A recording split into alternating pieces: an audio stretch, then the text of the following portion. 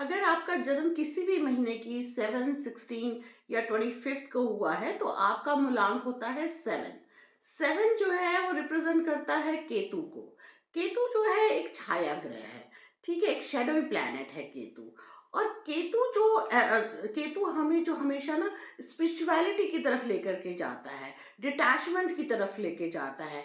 ये दुनियादारी से दूर करने वाला प्लैनेट है। और केतु वाले जो होते हैं ना, they always want to achieve enlightenment through the true knowledge. इनको हर समय नॉलेज चाहिए, इनको ज्ञान प्राप्त करने की ज्यादा रहती है।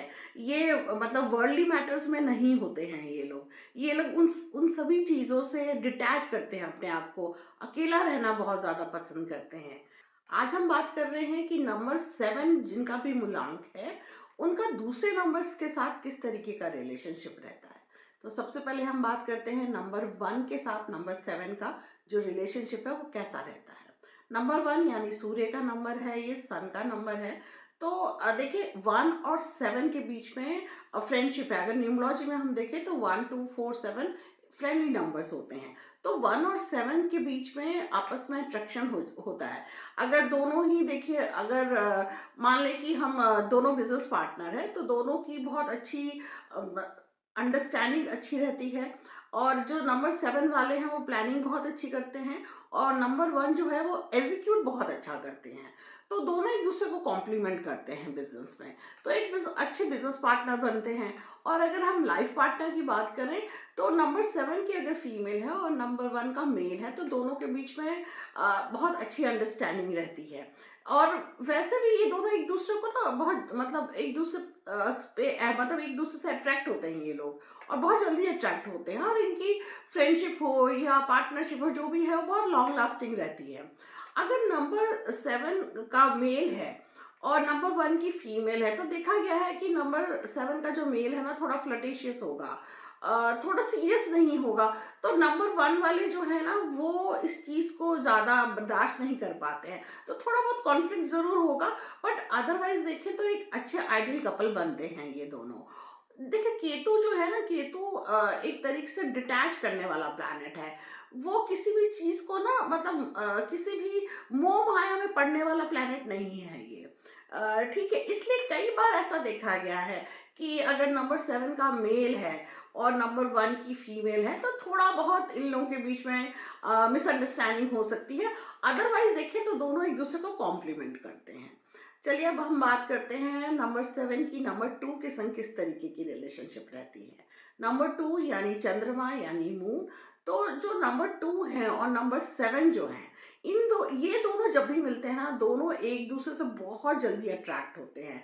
अगर नंबर 7 और नंबर 2 है, इनके बीच में इतनी जल्दी अट्रैक्शन हो जाती है कि ज्यादातर देखा गया है कि लव मैरिजेस होते हैं नंबर 7 और नंबर 2 के बीच में।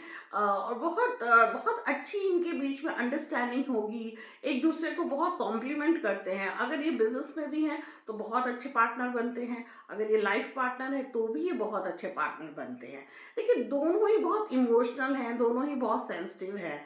तो बहुत जल्दी एक दूसरे के प्रति ना आकर्षण हो जाता है इनके बीच में, और इनका रिलेशनशिप भी बहुत अच्छा रहता है। अगर हम मतलब लाइफ पार्टनर की बात करें, तो ये दोनों बहुत ही एक दूसरे के लिए बेनिफिशियल देखे गए हैं। तो बहुत लॉन्ग लास्टिंग रिलेशनशिप रहता है इन दोनों के बीच में। अब हम बात करते हैं नंबर 7 का मूलांक 7 का नंबर 3 के साथ किस तरीके का रिलेशन रहता है। देखिए नंबर 3 यानी जुपिटर का नंबर है, यानी गुरु का नंबर है। 7 और 3 जो है, 7 केतु और नंबर 3 गुरु, इन दोनों ये जो दोनों हैं, ये दोनों भी मतलब एक दूसरे को बहुत पसंद करते हैं, एक दूसरे से अट्रैक्ट, एक दूसरे से इम्प्रेस बहुत जल्दी होते हैं। देखिए जो गुरु है वो मतलब ज्ञान का कारक है। और जो नंबर 7 वाले हैं ना, इनको तो मतलब हर समय ज्ञान चाहिए, हर समय नॉलेज चाहिए, अलग अलग तरीके की नॉलेज चाहिए।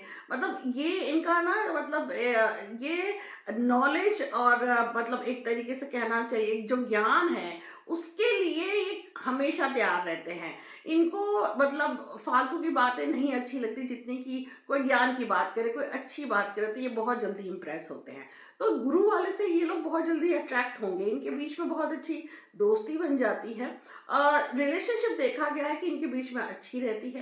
नंबर 3 वाले थोड़े से स्टबर्न ज़रूर होते हैं, लेकिन नंबर 7 के संग इन लोगों की बहुत अच्छी बन जाती है।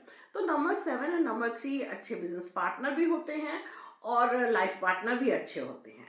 अब हम बात करते हैं नंबर 7 की नंबर 4 के साथ किस तरीके का रिलेशन रहता है। नंबर 4 यानी कि राहु का नंबर है।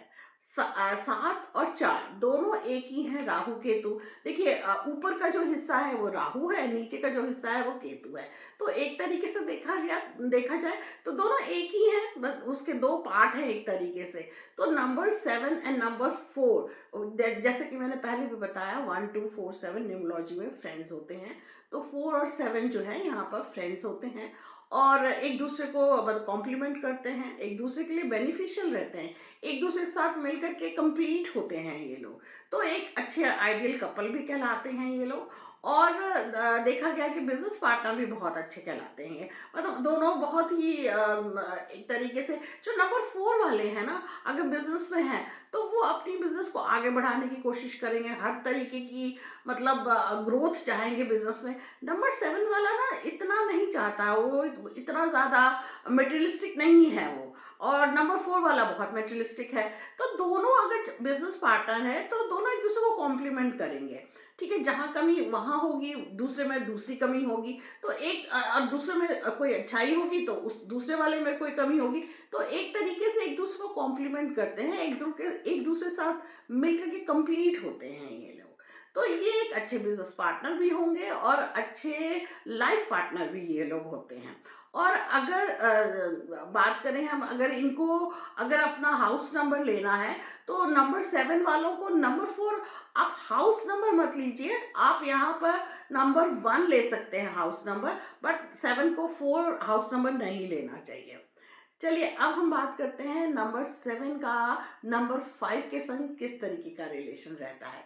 नंबर 5 यानी मरकरी यानी कि बुध का नंबर है ये।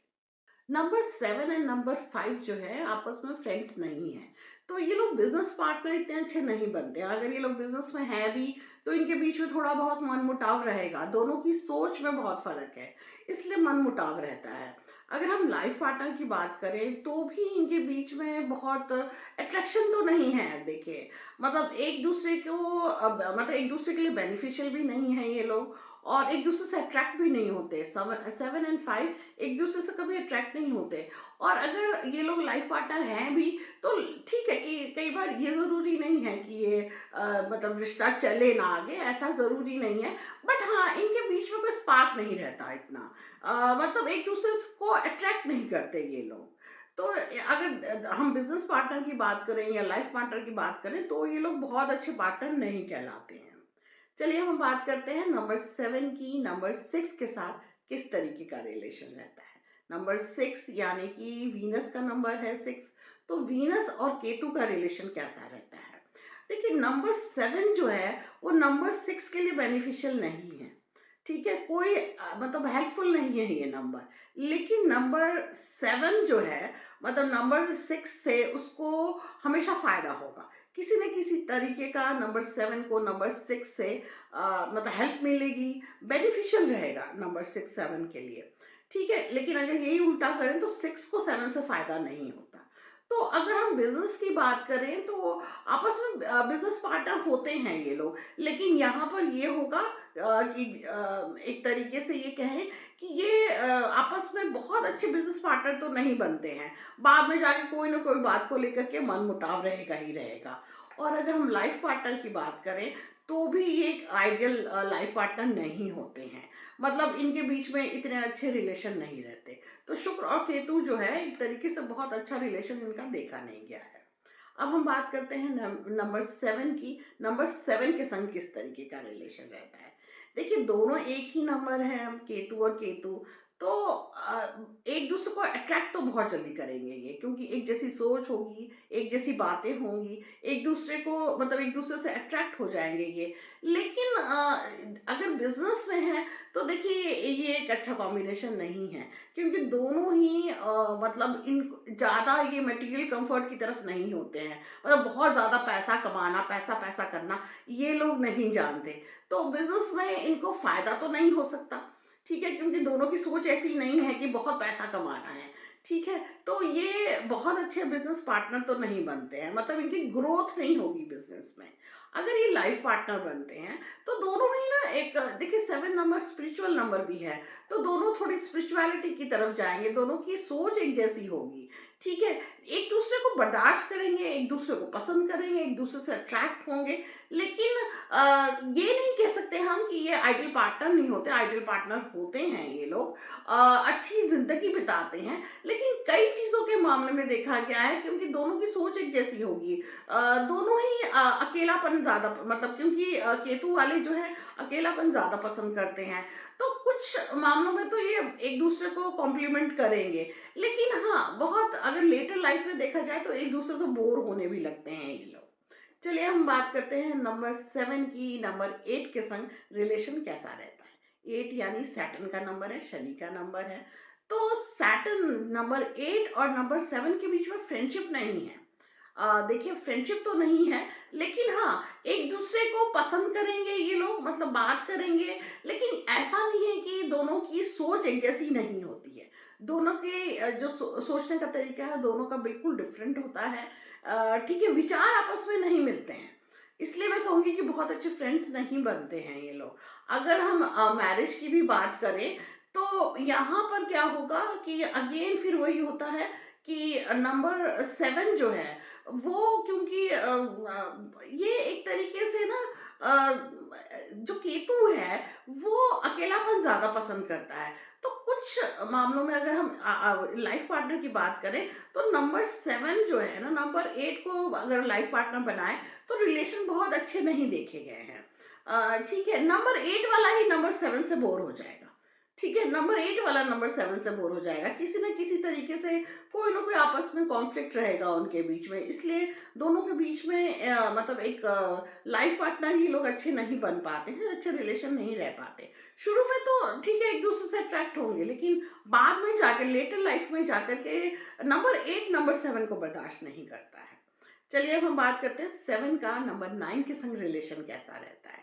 नंबर 9 यानी मार्स का नंबर है, ठीक है। मार्स में एक एनर्जी होती है, बहुत ही हाई एनर्जी होती है नंबर 9 के अंदर। और जो नंबर 7 है ये भी एनर्जेटिक होते हैं, बट ये कहीं कुछ हद तक आलसी भी लोग भी होते हैं ये लोग। मतलब ये किसी भी चीज में ना जल्दबाजी नहीं करेंगे, बहुत सोच समझ करके करेंगे। और जो मंगल वाले हैं वो हर बात पे उनको जल्दी रहती है, हर चीज उनको जल्दी करनी है।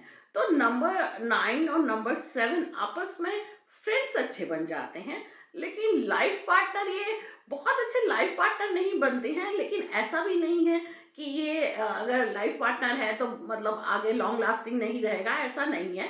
लेकिन हाँ कुछ हद तक दोनों अलग अलग दोनों की सोच होगी। लेकिन ये लाइफ पार्टनर अगर बनते हैं, मान लीजिए आपस में इनकी शादी होती है तो ये लोग निभा लेते हैं। अगर हम बिजनेस की बात करें तो बिजनेस में भी इनका एक तरीके से एवरेज रहता है। जो रिलेशन रहेगा, जो भी काम करने का तरीका रहेगा, एक जैसा तो नहीं रहता, लेकिन फिर भी ये दोनों एक दूसरे के साथ निभा लेते हैं। तो मैं ये कहूंगी कि इन दोनों का जो रिलेशन है ना बुरा है ना अच्छा है, एक तरीके से एवरेज रिलेशनशिप रहता है इनके बीच में। चलिए आज हमने बात की नंबर 7 का दूसरे नंबर के संग किस तरीके का रिलेशन रहता है।